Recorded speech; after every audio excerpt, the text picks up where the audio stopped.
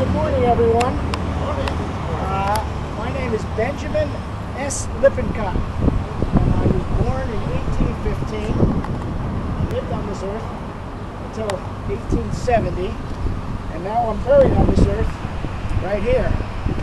Now, in this graveyard are my parents, Hannah and William, born in the 1780s and the 1790s right here in Shrewsbury.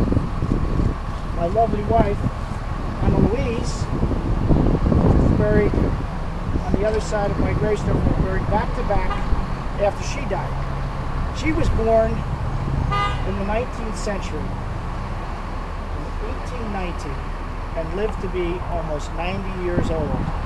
So she spanned the 19th century, the Civil War, World War I, and is buried here in the graveyard of Christ Church. Now, in your tours, you're probably going to listen to a lot of history about Shrewsbury. But as a young man, well, actually a man who was facing his midlife crisis, at the age of 31, I decided to set out and seek my fortune west to California.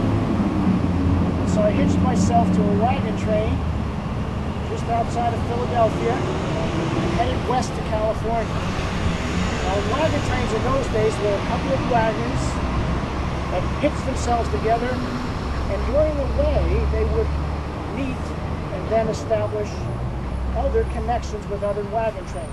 So when you see the history of wagon trains, actually it was a bunch of individuals who started out small and ultimately banded together to cross the Great West Divide.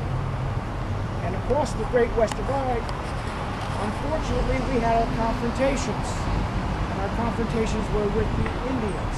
You see, as we crossed their territory, they decided that they would exact a toll from those crossing. So they would come into camp, and they would steal our horses, and they would steal our mules. But we didn't take too kindly to taking our horses and their mules, so we decided to engage them in skirmishes. And that's first when I began to get my reputation as an Indian fighter. And as I led parties against the Indians, particularly the Kaws and the Shoshone Indians, unfortunately, on one occasion, I took an arrow through my right leg. And you understand there was no doctors on wagon trains. Medical treatment was rudimentary at best. So the treatment of that arrow to my leg was simply to take it in one side, pull it through, and have the feathers clean the wound. Bandage it up, pack it up, and start all over again. Ultimately, we made it to California in 1846. And if you remember your history of California in 1846, it was not a state, it was a territory. Controlled half by the Spanish, the Spaniards, and half by the new Californians. My reputation preceded me, and Colonel Fremont, who was the territorial governor of California, marshaled me into his service to fight the Spaniards.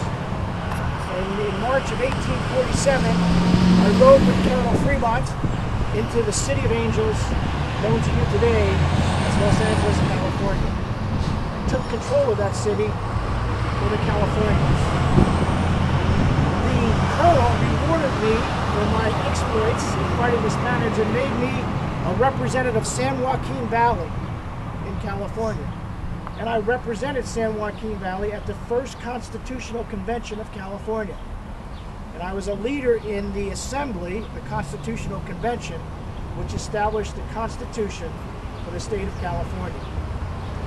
In 1851, the United States government recognized California as a state, and I was elected state senator from San Joaquin Valley in California. And I served with distinction in the San Joaquin, representing San Joaquin in the legislature until I returned to the East.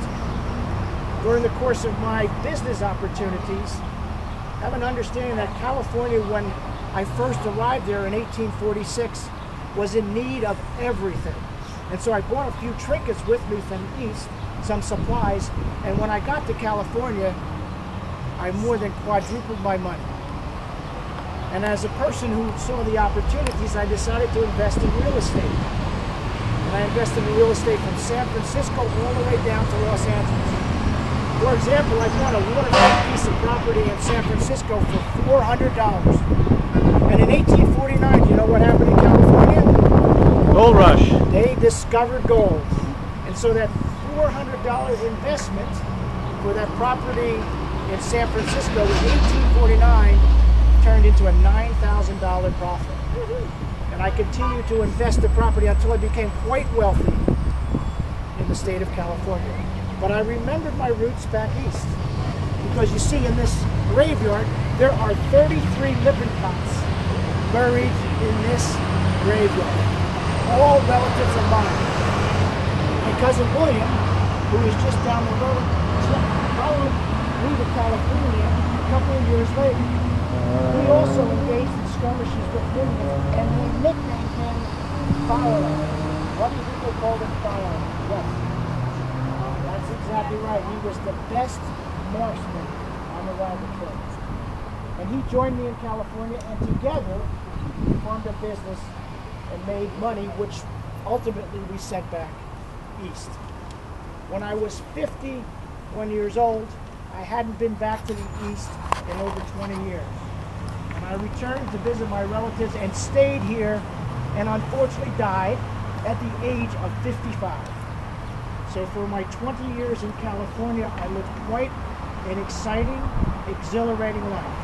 But I always remembered Shrewsbury and my family back here, and that's where I was laid to rest in 1870.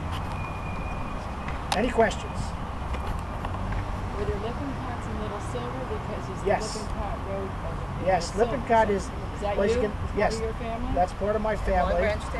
And Long Branch too. The Lippincotts were established here in the early 1700s, and you can see the relatives of my parents were born in the 1780s and 1790s, and so they established a family, and there's still Lippincotts here today in the area. My distant relatives. Yes. When you went to California, did you sell all of your land, or some still in the Lippincott? I think that there's still some in the Lippincott name. As a matter of fact, there's a trading company in California that still has ties to the Lippincott family back east. Thank you, and have a great day. If you all follow me now, I'm going to introduce you to a woman of the 18th century who knows the Revolutionary War and the history of this building very well.